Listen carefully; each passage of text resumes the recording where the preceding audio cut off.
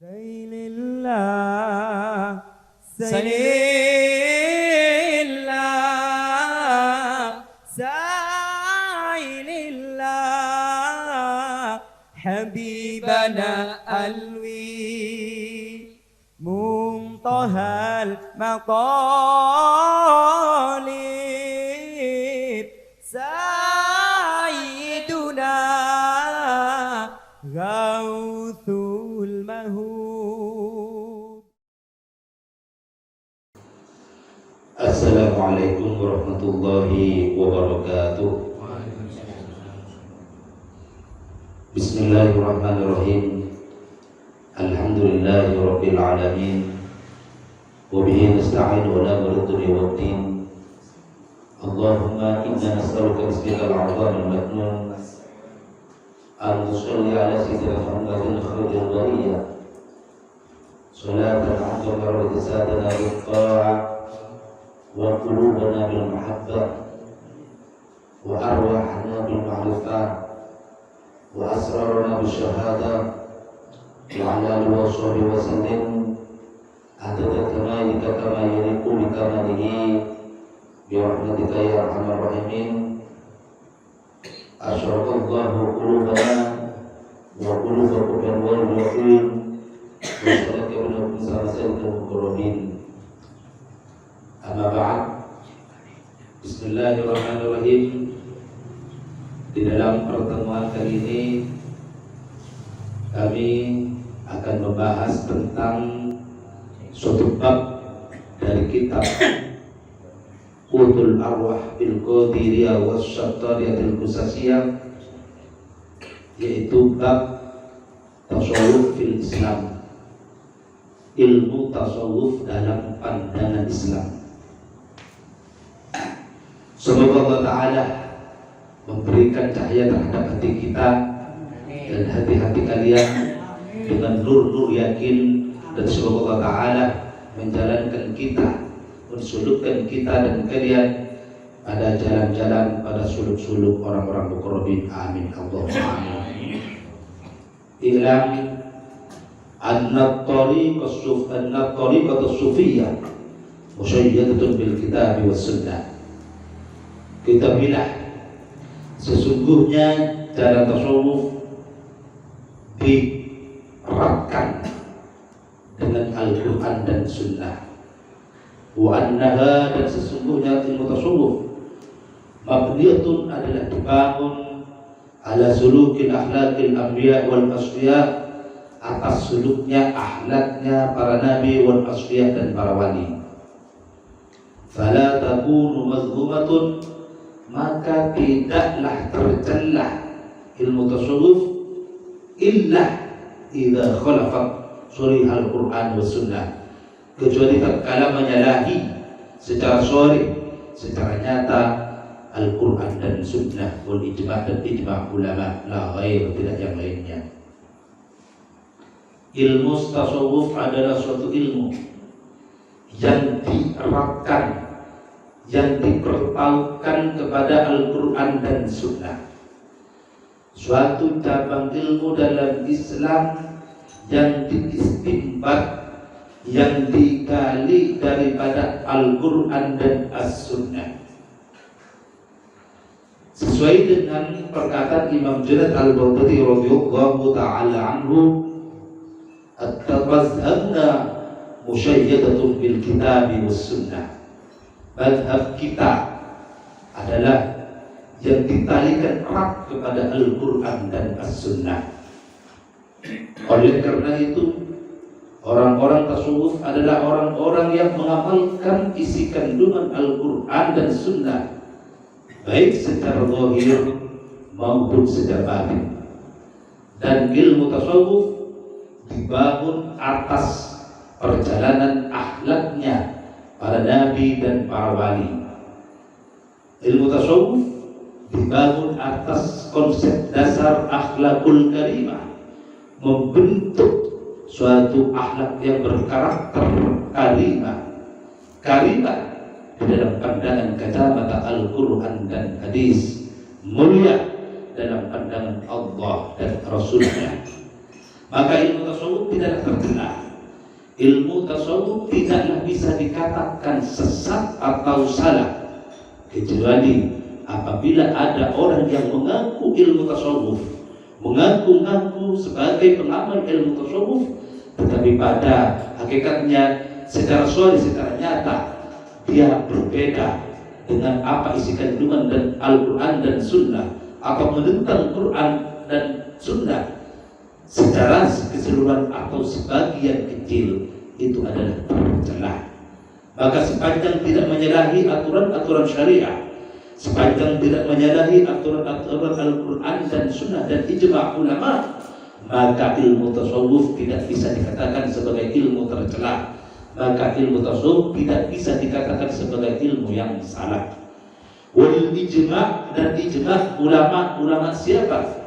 Ijma' ulama a'immatil madzhab, yaitu ijma' yang diijma'kan oleh imam-imam mazhab, imam-imam mujtahid, imam mujtahid mutlak seperti Imam Asy-Syafi'i, Imam Muhammad bin Malik, Imam Malik bin Anas, Imam Abu Hanifah, Imam Ahmad bin Hanbal. Oleh karena itu tasawuf berdiri, tasawuf berjalan atas dasar Al-Quran was Sunnah. Walidha ajma'a sufiyah, maka telah sepakat orang-orang tasawuf ala annahu, sesungguhnya la yuslihu litasadduri, tidaklah pantas untuk mengajar ilmu tasawuf, litasadduri fi tariqillahi azza wa jalla, tidaklah pantas untuk mengajar ilmu tariqah menuju jalan Allah Subhanahu wa taala, illa tabahhurin fil ilmi syariah, kecuali setelah memperdalam fi ilmu syariah, dalam ilmu syariah, wa ilmu mantuqiyah, dan ilmu tekstualnya syariah, wa mafhumiha, dan ilmu pemahamannya syariah, wa khassiha wa 'amiha, dan ilmu khususnya syariah, wa 'amiha, dan ilmu umumnya syariah, wa nasih, apa yang sudah dinasih oleh syariah, wa mansuh, dan yang sudah dinasah oleh syariah. Sehingga para ulama-ulama ahli tasawuf telah sepakat tidaklah pantas untuk mengajar ilmu tasawuf, tidaklah pantas untuk mengajar ilmu thariqah, kecuali dia setelah memperdalam ilmu syariah, baik secara tekstualnya atau pemahamannya, baik secara am atau khosnya, baik secara nasakh atau mansuknya. Dan itu semua tidak mungkin bisa dipahami secara menyeluruh, secara kafah, kecuali illa tabahhurin fil lughatil arabiyyah, kecuali memperdalam di dalam ilmu bahasa Arab, hatta arafa, sampai mengenal majazatiha, kata-kata metafora dalam bahasa Arab, wasti'alatiha, dan kata-kata pinjaman dalam bahasa Arab, wa ghairi dzalik, dan lain-lain. Sehingga juga pun orang-orang ahli tasawuf juga plus itu pun harus menguasai ilmu kalam, di antaranya adalah ilmu nahwu dan ilmu sharaf. Ini bagi syaikhus sufiyah, bagi orang yang mau mengajar ilmu thariqah, bagi orang yang menjadi salah satu di antara persyaratan-persyaratannya mursyid thariqah al-mu'tabarah, termasuk thariqatil qadiriyah, thariqatil syatariyah, thariqatil akmaliyah, thariqatil naqsyabandiyah, dan lain-lain. Karena apa? Kalau pemahamannya seseorang terhadap ilmu syariat itu dangkal, maka dia akan memahami suatu ilmu dengan kacau balau. Kalau pemahamannya tentang bahasa Arab, di mana Al-Quran dan Sunnah dan kitab-kitab salaf salihin mayoritas berbahasa Arab, pemahaman bahasa Arabnya dangkal, yang jelas akan memahami Quran dan Sunnah secara serampangan, otak atik matu. Oleh karena itu, di antara sebagian dasar persyaratan-persyaratan orang yang mau mengajar atau mau menjadi syaikhut thariqah adalah di antaranya harus dia betul-betul tabahhur, betul-betul memperdalam di dalam ilmu syariah. Wa kullu sufiyyun fadhul, maka setiap orang yang ahli tasawuf, yang mengajar ilmu tasawuf, faqihun, adalah seorang faqih. Wala aksa, tapi tidak sebaliknya. Setiap para mursyid itu berarti adalah seorang yang faqih, mengerti dalam urusan agama, mengerti faqih di dalam urusan fikih. Karena Rasulullah SAW bersabda, "Mayuridul khairan yufaqihu fiddin." Barang siapa yang Allah menginginkan kebaikan bagi dirinya, maka difahamkan dalam urusan agama. Tapi seorang faqih, tapi seorang ahli fikih, tapi seorang ahli syariat, belum tentu dia ahli hakikat, belum tentu dia ahli thariqah, belum tentu dia ahli ilmu tasawuf. Bukan hanya ahli, belum tentu dia menyentuh ilmu tasawuf. Oleh karena itu, Al-Imam Junaid Al-Baghdadi radhiyallahu ta'ala berkata, "Faman saddaqa bi ilmina," barang siapa yang membenarkan tentang ilmu kita, bahwa fi wilayati syuhra, maka dia dalam kategori kewalian kecil. Karena itu, mari kita sama-sama bersyukur kepada Allah Subhanahu wa taala, kita semua bisa menyentuh ilmu thariqah, bisa menyentuh ilmu tasawuf. Itu semua adalah pertolongan dan ma'unah taufik Allah Subhanahu wa taala. Fa itu lam yukhalif kitaban wala sunnah, maka sekiranya tidak berbeda, tidak menyalahi Al-Quran dan Sunnah, wala ijma'an, maka tidak menyalahi ijma'. Bahaya dal kalam annahu fahmun aw dhanbin, maka ini adalah kalam, adalah suatu pemahaman atau penjelasan rajul muslim, seorang laki-laki yang muslim. Oleh karena itu, dalam memahami ilmu tasawuf harus juga didasari dengan pemahaman ilmu syariah. Al-Imam Junaid Al-Baghdadi radhiyallahu ta'ala anhu berkata, "Faman tafaqqaha bi ghairi tasawufin faqad tazanda." Barang siapa yang hanya belajar tentang ilmu fikih tapi tidak pernah belajar tentang ilmu tasawuf, faqad tazanda, maka dia adalah kufur zindik.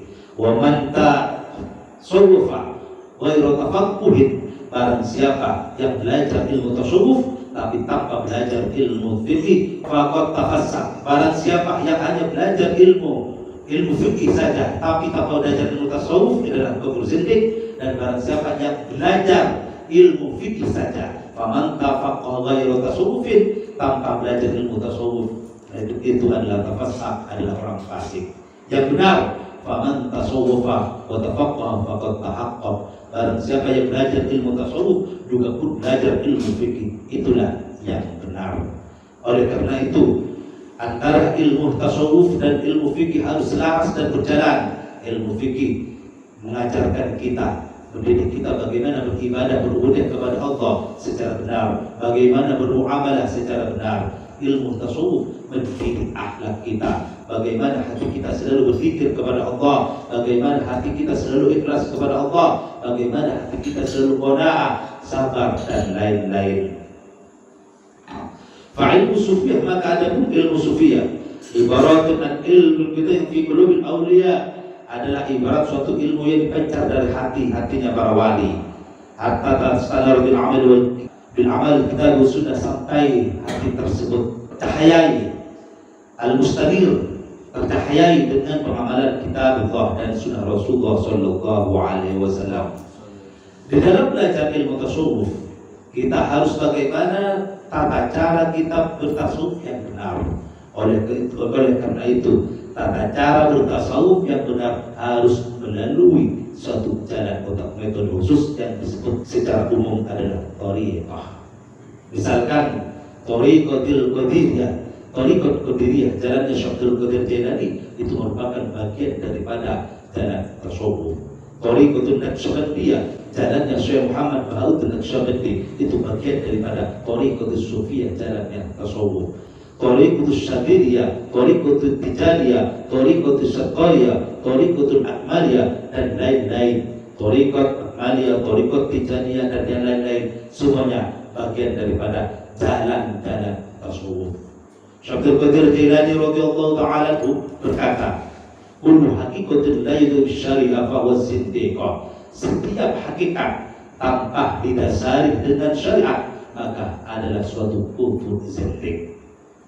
Oleh karena itu, ini adalah suatu perbedaan antara ajaran kebatinan dan ajaran tasawuf, antara ajaran kejawen dengan ajaran tasawuf. Kalau tasawuf pasti adalah suatu ilmu yang digali dari Al-Quran dan As-Sunnah. Tetapi kalau kebatinan adalah suatu ilmu yang tanpa didasari dengan Quran dan Sunnah. Fatasawuf, maka ada pun ilmu tasawuf innama sukatul amalin, adalah suatu syariat, suatu amal hamba bi ahkam syariah, dengan hukum-hukum syariah. Idza khalaqat kala sepi daripada menjalankan hukum-hukum syariah an amalihi, dari amalnya, dari perbuatannya, sepi dari apa? Lilal, banyak-banyak penyakit, wudhu nafsi, dan keinginan nafsu. Ilmu tasawuf bagian daripada zuhdah, bagian daripada suatu syariat daripada ilmu syariah. Oleh karena itu ilmu tasawuf tidak akan lepas daripada ilmu syariah. Wa kana Syekh Muhammad Al-Mawardi As-Sadi radhiyallahu yaqul, dan Syekh Muhammad Al-Mawardi As-Sadi radhiyallahu berkata, "Utruk tariq wasadatika min as-sufiyah." Carilah jalanmu, jalan guru-gurumu sadadika min as-sufiyah, dari kalangan tasawuf. Wa in qallu, meskipun mereka sedikit, maksudnya sedikit pengikutnya. Wa iya qatarikul jahilna bi turkihim, dan hati-hati dengan jalannya orang-orang yang bodoh, orang-orang yang jahil terhadap jalan-jalan mereka. Wa in jallu, meskipun mereka terkenal, meskipun mereka besar. Wa kasyarufan bil ilmu tasawuf, maka cukuplah suatu kemuliaan dalam ilmu tasawuf. Qaulu Musa li Khidir alaihissalam, pertanyaannya Nabi Musa kepada Sayyidina Khidir alaihissalam. Qala Musa, hal attakabu ala tu'alimi ma'ulul rusyda. Berkata Nabi Musa kepada Sayyidina Khidir, hal attakabu, apakah boleh aku mengikuti kamu, atau alimus, agar engkau mengajarkan kepadaku, mimma, dari apa-apa ulum yang diajarkan kepadamu, rusda, petunjuk. Suatu saat nuzulnya, ceritanya ayat ini, suatu saat Nabi Musa alaihissalam berpidato atau memberikan mau'izatul hasanah terhadap kaumnya. Setelah berpidato memberikan mau'izatul hasanah, Nabi Musa alaihissalam ada yang bertanya di antara kaum Israel, wahai Musa, wahai Nabi Musa, siapakah di antara kami yang paling pandai, yang paling pintar? Maka jawabnya Nabi Musa, aku. Ya memang betul, karena di antara Bani Israel, orang yang mendapatkan pangkat mukalamah, pangkat kalimullah, pangkat Nabi, pangkat Rasul adalah Nabi Musa alaihissalam. Tetapi Allah Ta'ala menegur Nabi Musa, wahai Musa, ada hambaku yang berdiam di tempat di antara dua samudra. Temuilah dia, belajarlah kamu pada dia. Nabi Musa mengajak salah satu muridnya di kalangan Bani Israel yang namanya Yusuf bin Nun. Yusuf bin Nun membawa perbekalannya Nabi Musa. Di antara perbekalannya Nabi Musa ada ikan yang telah dimasak. Nabi Musa sebelum berjalan berwasiat kepada Nabi Yusuf bin Nun, wahai Yusuf bin Nun, apabila ikan ini nanti hidup sampai ke suatu tempat, ikan ini hidup, ketahuilah orang yang dicari ada di tempat itu. Setelah melakukan suatu perjalanan panjang, entah beberapa hari, sampai pada suatu tempat di antara dua samudra, ternyata ada suatu keajaiban. Ikan yang sudah dimasak hidup kembali dan meloncat ke laut. Terus Yusuf bin Nun berjalan Nabi Musa, karena Yusuf lupa memberitahukan kepada Nabi Musa. Dalam perjalanannya sampai 3 hari 3 malam. Setelah Nabi Musa merasa letih dan lapar, bertanya tentang perbekalannya kepada Yusuf bin Nun. Setelah dibuka, ditanyain Yusuf, mana ikannya? Yusuf berhenti, ingat, astagfirullah, wahai Nabi Musa, kemarin ikannya hidup dan meloncat ke laut. Oh, berarti tempat ini yang kita cari. Kembali Nabi Musa dan Yusuf bin Nun mencari tempat tersebut. Setelah sampai kepada tempat tersebut, Nabi Musa bertemu dengan seseorang yang misterius. Namanya adalah Balyan bin Malkan, memperoleh gelar Khidir. Kenapa kok memperoleh gelar Khidir? Karena beliau kalau lewat ke suatu tempat di rumput-rumput kering, maka rumput tersebut langsung otomatis hijau. Kalau beliau menjendarkan baunya suatu pohon yang kering, otomatis pohon itu kembali ke hijau dan hidup. Makanya terkenal dengan istilah Khidir. Sayyidina Khidir sampai sekarang masih belum wafat, masih belum meninggal. Sayyidina Khidir, para ulama-ulama ahli sufi, para aulia-aulia meyakini bahwa betul-betul beliau itu adalah hidup dan menjadi gurunya para wali, gurunya para wali autat, gurunya para wali abdal, gurunya para wali kutub, gurunya para wali nogobak nojabak, gurunya para wali rijalul ma', gurunya wali-walinya Allah. Dialah Sayyidina Khidir. Sayyidina Khidir umurnya ditangguhkan oleh Allah Subhanahu wa ta'ala. Beliau berada di suatu maqam namanya maqam fi maqamul barzakhiyah. Barzakh artinya batas penghalang. Dikatakan di dalam beliau berada di maqam barzakhiyah, dikatakan beliau ada di maqam nubuwah, di bawahnya pangkat kenabian. Dikatakan beliau berada di maqam wilayah, pangkat kewalian, tapi di atasnya wali. Sehingga maqam beliau dikatakan barzakhiyah, barzakhul maqamul bainal wilayah wal nubuwah. Suatu barzakh, suatu barzakh antara maqam kenabian dan maqam kewalian. Oleh karena itu, karena beliau berada di maqam barzakhiyah, sehingga beliau saja bisa memakai jasad apa saja, bisa muncul kapan saja, bisa berada dimanapun saja. Di antara kisahnya Sayyidina Khidir dengan Nabi Musa alaihissalam, setelah Nabi Musa alaihissalam bertemu dengan Sayyidina Khidir, Nabi Musa bertanya kepada Sayyidina Khidir yang diabadikan dalam Al-Quran, qala lahu Musa an attabi'u ala aqalu mimma ulimta rusyda. Bolehkahlah aku ikut agar aku bisa belajar kepadamu. Ini menunjukkan wahada a'zamu dalilan, ini menunjukkan suatu paling besarnya dalil ala wujubi thalabi ilmu haqiqah, atas kewajiban mencari ilmu hakikat, ilmu tasawuf, yang dimaksud adalah ilmu tasawuf, kama yajibu thalabu ilmu syariah, seperti kewajibannya mencari ilmu syariah, mencari ilmu syariah. Jadi kewajiban mencari ilmu hakikat sama saja dengan kewajiban mencari ilmu syariah. Wa qala Syekh Abdul Hasan Asy-Syadzili radhiyallahu ta'ala anhu, dan berkata Syekh Abdul Hasan Asy-Syadzili radhiyallahu ta'ala anhu, wa laqad tidallahu, sesungguhnya niscaya Allah sungguhnya telah menguji hadhihi ta'ifah, ini golongan asy-syarifah yang mulia, bil khalqi, diuji dengan makhluk, khusus ahli jadal, pada khususnya ahli debat.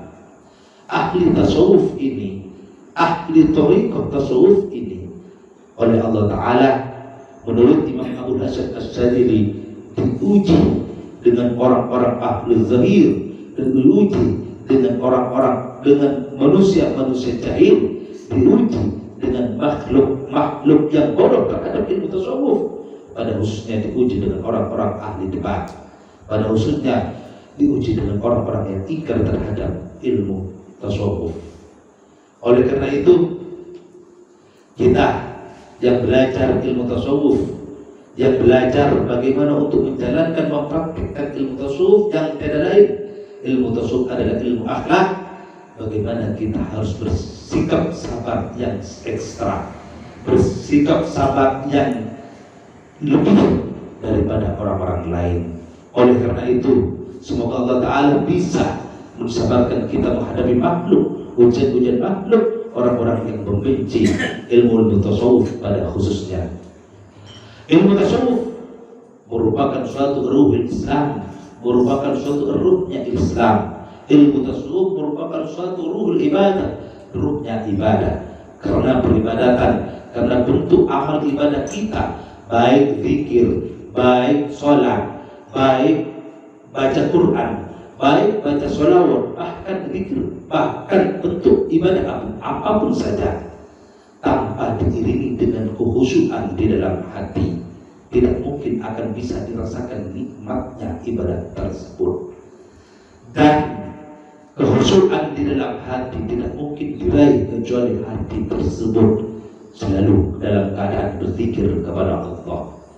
Dan yang selalu hatinya nyambung berzikir kepada Allah secara terus menerus, itulah orang-orang ahli thariqat sufiyah, itulah orang-orang tasawuf.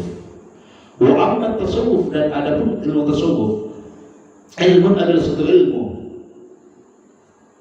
ya'rifun, yang memperkenalkan kaifiat tasbihul batin, pada tata cara untuk menjernihkan batin, menjernihkan diri, menjernihkan hati, an uyubin nafsi, dari aib-aibnya nafsu, wasifatiha, dan sifat-sifatnya nafsu al-madmumati, yang tercela, al-hakati, seperti iri, wal hasadi, dan dengki, wal ghishi, dan unek-unek, wal ghilli, dan dendam, menyimpan ghil, dendam dan dalam hati, wa talabil uli, dan mencari ketinggian, wa habis tadai, dan cinta pujian, wal kibri, dan sombong, wal riya'i, dan riya', wa toma'i, dan toma', wal bukhli, dan bukhul, wa ta'zimil aghyar, dan mengagungkan orang-orang kaya, wal istihadatil fuqara, dan menyanyiakan dan meremehkan orang-orang fakir, wa nabi dzalik, dan yang serupa dengan hal tersebut.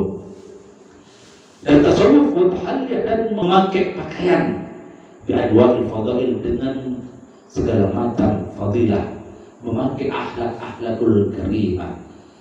Ilmu tasawuf mengajarkan suatu ilmu yang mengajarkan kepada kita, yang mendidik kita bagaimana untuk menjernihkan jiwa, bagaimana untuk menjernihkan pikiran, bagaimana untuk menjernihkan hati dari sifat-sifat mazmumah, dari sifat-sifat nafsu yang mazmumah.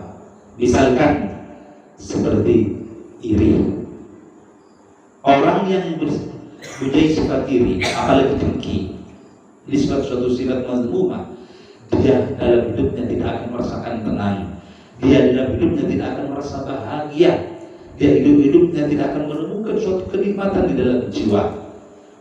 Begitu juga orang yang dendam, orang yang unek-unek dalam hatinya, begitu juga orang yang sombong, riya, toma, bakhil, dan seterusnya. Juga pun orang tasawuf bukanlah tipe orang yang mengagungkan orang kaya karena kekayaannya. Orang-orang tasawuf orang-orang yang selalu menghormati manusia karena kemanusiaannya, menghormati manusia, seorang muslim karena manusia dan muslimnya, menghormati orang lain karena dia adalah besar, karena dia adalah seorang muslim, saudara-saudara kita, bukan karena dia adalah kaya atau karena seorang pejabat. Rasulullah sallallahu alaihi wasallam bersabda, "Man tawaddu'a li ghaniyyin li ghinahu," barang siapa yang tawadhu terhadap orang kaya li ghinahu, karena kekayaannya, fa zahaba min thuluthi dini, maka dia akan hilang dari sepertiga agamanya. Oleh karena itu, orang tasawuf menghadapi manusia siapapun saja biasa-biasa saja, kecuali memang manusia-manusia yang Allah suruh menghormatnya. Misalkan para ulama, misalkan para azrat Rasulullah sallallahu alaihi wasallam, misalkan di syaibatin muslim, orang yang muslim yang sudah tua, yang sudah berubah. Memang Allah Ta'ala menyuruh kepada kita semua, kepada umat Islam, untuk menghormatinya, untuk takdil, untuk ikram, untuk takdim kepada beliau-beliau. Dan orang-orang tasawuf adalah orang yang jauhi daripada sikap meremehkan atau apalagi menghina terhadap orang-orang fuqara. Dan orang-orang tasawuf itu selalu memakai pakaian akhlakul karimah, hati-hati yang bersih. Selalu dalam hatinya ada qanaah, di dalam hatinya ada ikhlas, di dalam hatinya ada sabar, di dalam hatinya ada selalu ridha terhadap apa segala keputusan Allah Subhanahu wa taala. Dan orang tasawuf Wa qala Imam Junaid Al-Baghdadi radhiyallahu ta'ala anhu, dan telah berkata Imam Junaid Al-Baghdadi radhiyallahu ta'ala anhu, at-tasawwufu ayyutakal haq. Orang tasawuf, adapun ilmu tasawuf adalah mematikan nafsumu al-haq, siapa al-haq, angka dari apa-apa darimu, mematikan gelora syahwat kita. Allah mematikan gelora syahwat kita sehingga syahwat kita selalu tunduk dengan apa yang dibawa oleh Rasulullah sallallahu alaihi wasallam. Wa yuhyika bihi, dan Allah Ta'ala menghidupkan kamu bihi dengan Allah. Maksudnya yakni ayyubika ayyubiyataka, Allah Ta'ala mematikanmu an-nadrika li nafsika, dan kamu melihat pada dirimu. Wa yuhyika, dan Allah Ta'ala menghidupkanmu bizikri, dengan berzikir kepadanya, wa manajati, dan bermunajat kepadanya. Wa hadza aqwalu derajat tasawuf, dan inilah paling sempurnanya derajat tasawuf. Dan selalu kita bagaimana menyambung hati kita berzikir kepada Allah, sehingga Allah al-haq mematikan gejolak yang membara di dalam syahwat kita. Karena syahwat kita kadang-kadang liar, dan dalam syahwat itu ada nafsul bahimiyah wal hayawaniyah, sifat-sifat atau kehewanan dan kebinatangan. Ini dikendalikan oleh siapa yang mengendalikan? Allah Subhanahu wa Ta'ala. Karena orang tersebut selalu dalam keadaan berzikir kepada Allah Ta'ala, dan Allah Ta'ala menghidupi hatimu dengan selalu berzikir dan bermunajat kepadanya, menghidupkanmu dalam keadaan selalu berzikir, bertawajjuh, berdekat dan bermunajat kepadanya. Inilah di antara ciri-ciri orang-orang ahli tasawuf. Oleh karena itu, semoga kita semua istiqomah dalam berpegang teguh kepada ilmu tasawuf. Ilmu tasawuf, kewajiban belajar ilmu tasawuf seperti apa yang dikatakan oleh Imam Mujaddid Islam Al-Ghazali, sama kewajibannya dengan belajar ilmu fikih, dan termasuk kewajiban fardu ain.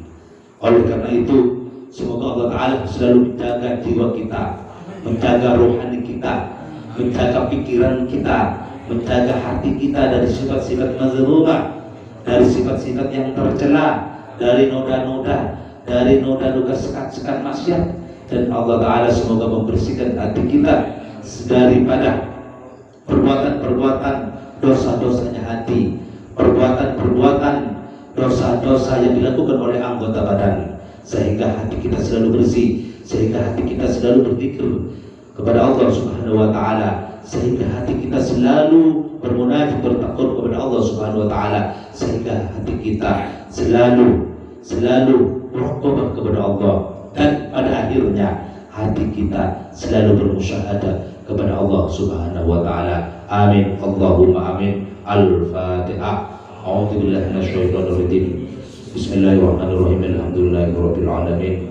Ar-Rahmanir Rahim. Maliki yaumiddin. Iyyaka na'budu wa iyyaka nasta'in. Ihdinas siratal mustaqim. Siratal ladzina an'amta 'alaihim ghairil maghdubi 'alaihim waladdallin. Amin. Kalau ada kesalahan dan kekurangan dari Al-Fakir mohon maaf yang terbatas.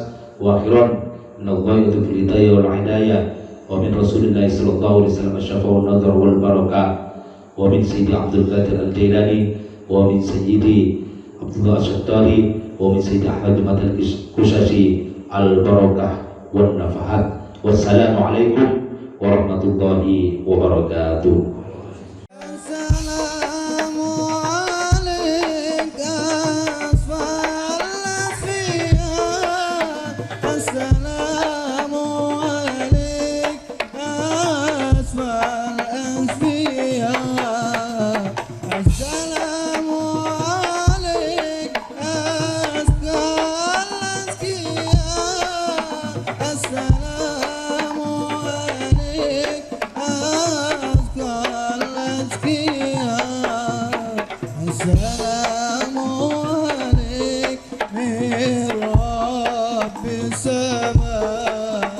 السلام